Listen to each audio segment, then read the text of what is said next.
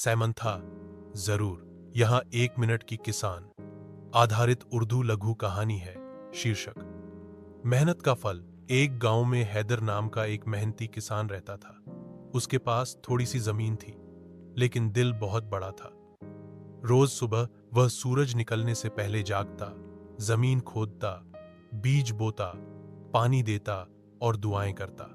लोग उसे कहते, इतनी छोटी जमीन से क्या बनेगा? मगर वह मुस्कुरा कर कहता, मेहनत कभी जाया नहीं जाती। एक साल सख्त अकाल पड़ा, बारिश नहीं हुई। सभी किसान निराश हो गए, मगर हैदर ने समय पर पानी जमा किया था और अपनी जमीन की दिन रात हिफाजत की। आखिरकार फसल तैयार हुई, हरी, स्वस्थ और खूबसूरत। जब बाजार में ले गया तो उसकी फसल सबसे महंगी थी, बकी।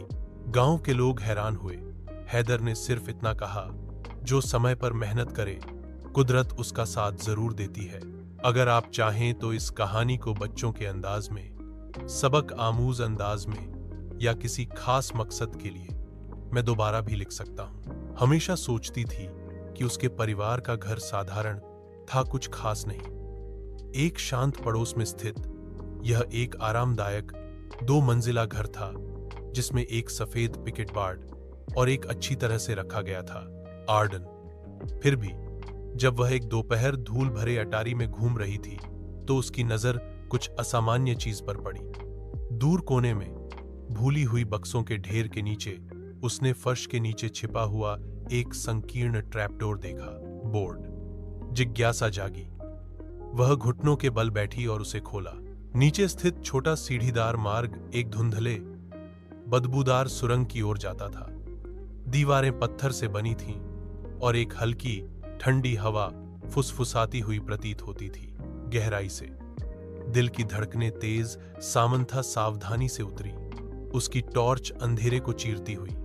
सुरंग उसकी उम्मीद से कहीं अधिक लंबी खिंची हुई थी, जो पृथ्वी के नीचे मुड़ती और मुड़ती थी।